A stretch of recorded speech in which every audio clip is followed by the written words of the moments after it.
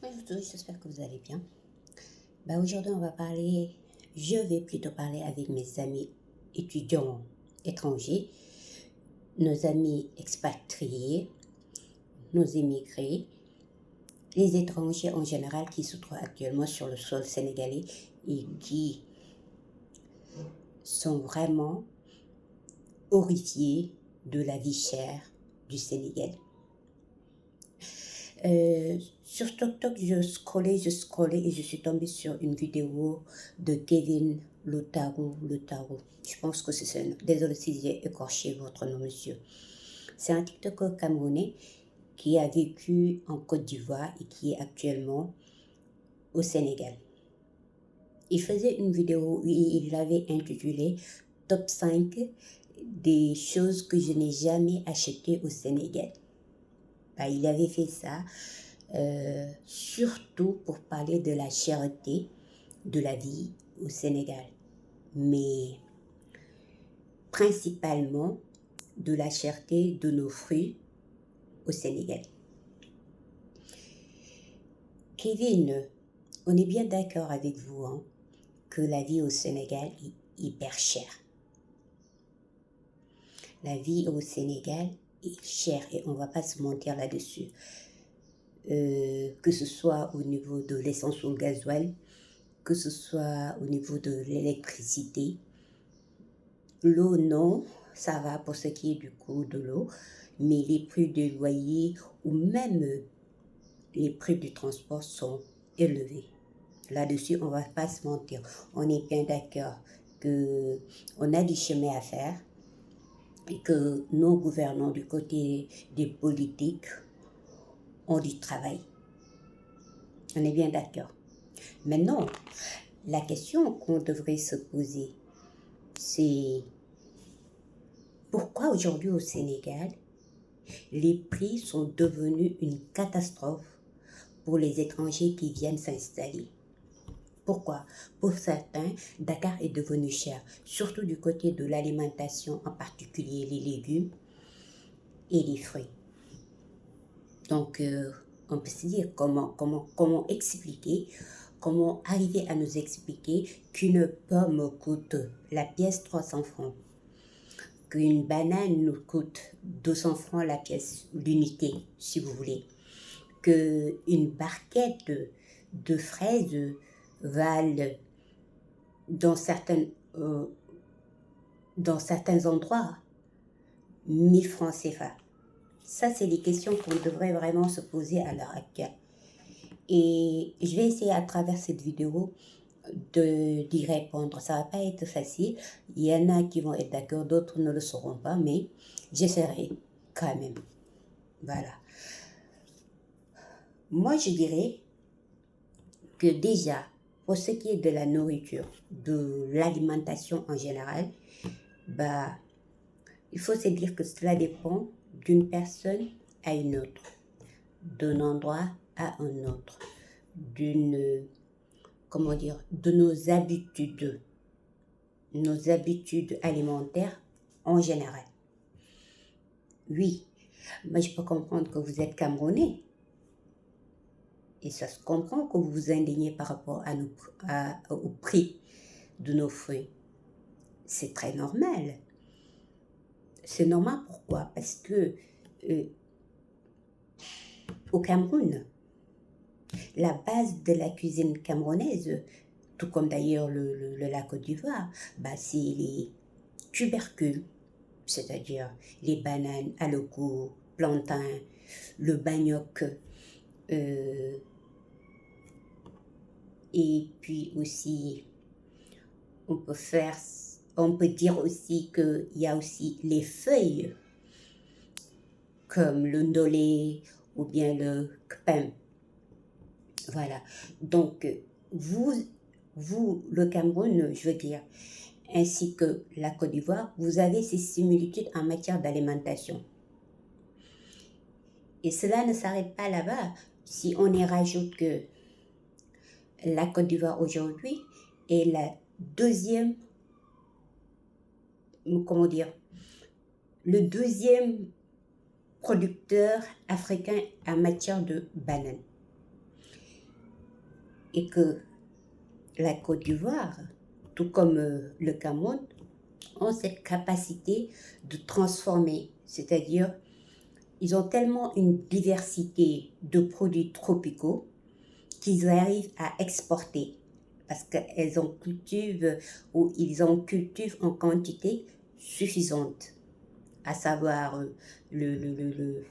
l'ananas, la mangue, la papaye, même l'avocat aussi. Vous en cultivez suffisamment. Et tout ceci est possible grâce à votre climat équatorial. On est bien d'accord. Et avec ce climat équatorial, vous avez cette chance-là d'avoir de fortes précipitations, ce qui n'est pas le cas du Sénégal. Parce que lui, le Sénégal, a un climat sahélien, c'est-à-dire semi-désertique, aride, avec de faibles précipitations. C'est pour ça que quand vous regardez bien l'écosystème sénégalais pour ce qui est de fruits et légumes, vous allez vous retrouver avec une production de fruits tropicaux et sauvages, comme le mad, la mangue, le détar, le tamarin et le pain de singe, pour ne citer que cela.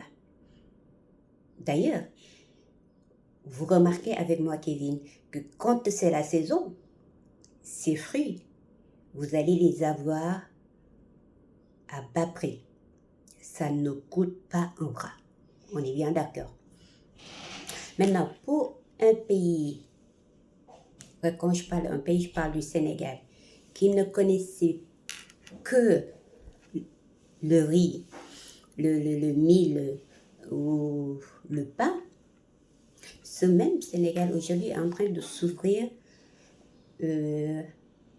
au monde avec cette curiosité qu'on a aujourd'hui à aller goûter. Parce qu'il y en a qui sont partis à l'extérieur, qui ont voyagé, qui ont goûté et qui ramènent ce qu'ils ont aimé ici et qu'ils essayent de s'adapter avec cette alimentation, c'est-à-dire à faire cette mix ou cette diversité dans leur alimentation. Donc, pour une personne qui ne connaissait que le riz, le pain et le mil, aujourd'hui, qui a voyagé ou qui a découvert à travers les réseaux, qui d'ailleurs est un voyage aussi, et qui arrive aujourd'hui à incorporer dans son alimentation des alocos, la tiki, le ndolé, forcément que pour faire ce mix de plats-là, les composants de ces plats, nous, on ne les cultivait pas auparavant. On ne les avait pas parce qu'on ne les connaissait pas. Ce n'était pas dans notre alimentation. Ce n'était pas dans nos habitudes alimentaires. Du coup, maintenant, on arrive à avoir une demande, une forte demande, alors que l'offre est toujours minime. Du coup, on se retrouve avec des prix élevés parce que la plupart de ces composants sont des produits importés ou quasi inexistantes en matière de culture ou de production sur le sol sénégalais. Donc, c'est tout à fait normal que vous vous indigniez avec, avec les prix qui sont fixés, que ce soit la loco ou la... J'en vois toujours quand les gens sont devant les prix, ils sont choqués, ils font les choquer. Mais c'est normal. Ce n'est pas comme chez vous, au Cameroun ou en Côte d'Ivoire, vous pouvez les avoir même dans les rues. Ce n'est pas le cas. Ici, pour chercher et trouver de la tiki, vous allez faire le parcours du combattant. On est d'accord. Donc c'est pour ça que ces composants aujourd'hui nous coûtent les yeux de la tête. Ça nous coûte les yeux de la tête. Et c'est tout à fait normal parce que c'est des produits rares. C'est des produits que nous cultivons ici en petite quantité parce que la masse ne l'a pas encore adopté. ou adopter. Vous voyez? Mais non, mon cher, la solution, c'est d'essayer, vous, à votre niveau, de vous adapter aux habitudes culinaires et gastronomiques sénégalaises. Et comme ça, vous allez débourser moins selon l'endroit, le lieu où vous vous trouvez. Parce qu'un plat de riz en gargote ne peut pas être égal à un plat de riz dans un restaurant aux Almadies, Angor ou au Mamel, même au Virage, c'est pas pareil. On est bien d'accord. De la même façon que vous allez chez la commerçante ou la vendeuse qui a son étal aux Almadies et qui vous vend une salade à 500, bah vous allez avoir ce pouce de salade au marché peut-être à 200 francs. Il faut faire la part des choses aussi. Mais non, c'est à vous de décider. Soit vous allez vous adapter ou vous réadapter en cœur par rapport aux habitudes culinaires, ou bien bah, vous restez dans vos habitudes alimentaires camerounaises et ivoiriennes et vous allez finir par vous ruiner. Parce que ce n'est pas donné à tout le monde de manger ça ici au Sénégal. Ça coûte hyper cher. Et je comprends parfaitement que vous vous dites que vous êtes vraiment indigné par rapport à la cherté des fruits et légumes. Encore une fois, je le répète, ce n'est pas tous les fruits qui sont chers au Sénégal. Prenez l'exemple de la pastèque quand c'est la saison. Prenez l'exemple des mangues quand c'est la saison. La banane locale aujourd'hui, on arrive même à en produire suffisamment. De même que le manioc, même si ce n'est pas la même chose avec vous. Mais on est OK, parce qu'auparavant, nous, le manioc, qu'est-ce qu'on faisait? On le mettait dans le riz comme ça. Ou bien même, on le mettait en carré pour en faire un ragoût de manioc avec de la viande. C'est ce qu'on savait faire avec les maniocs. Mais aujourd'hui, on arrive à faire de la transformation de manioc et arriver à le faire de la ticket parce qu'on a vu du côté de la Côte d'Ivoire. Et il y a beaucoup d'Ivoiriens qui viennent au Sénégal et qui nous amènent ce côté-là et qui fait que nous aussi, on arrive à s'ouvrir et à aimer certains plats. Mais c'est toujours cher parce que c'est rare. C'est toujours cher parce qu'on n'en produit pas suffisamment. C'est toujours cher parce qu'on ne connaît pas. De la même façon, vous allez vous retrouver avec nos légumes qui sont hyper abordables quand c'est la saison. Une carotte aujourd'hui, quand c'est la saison, vous allez vous retrouver avec 100 francs. Je ne pense pas que vous allez avoir la même chose au Cameroun ou en Côte d'Ivoire. C'est la même chose. Nos jus locaux, que ce soit le bouille, le bissap, vous allez les avoir à quoi? La bouteille. 100 francs dans les rues. Parce que c'est des fruits qui sont tropicaux, c'est des fruits qui sont sauvages qu'on arrive à transformer en jus et ça devient abordable. De la même façon aussi que vous. Aujourd'hui, j'arrive à boire de Ira. Ira, c'est de la production béninoise, si je ne me trompe pas. Moi, j'aime bien boire ça. Pourquoi? Parce que c'est un jus naturel. C'est pas du nectar, c'est un jus naturel. Et pourtant, c'est pas donné à tout le monde parce que ça, c'est 235 millilitres. Et ça coûte combien? 500, 600, je ne me rappelle plus, c'est 500 ou 600.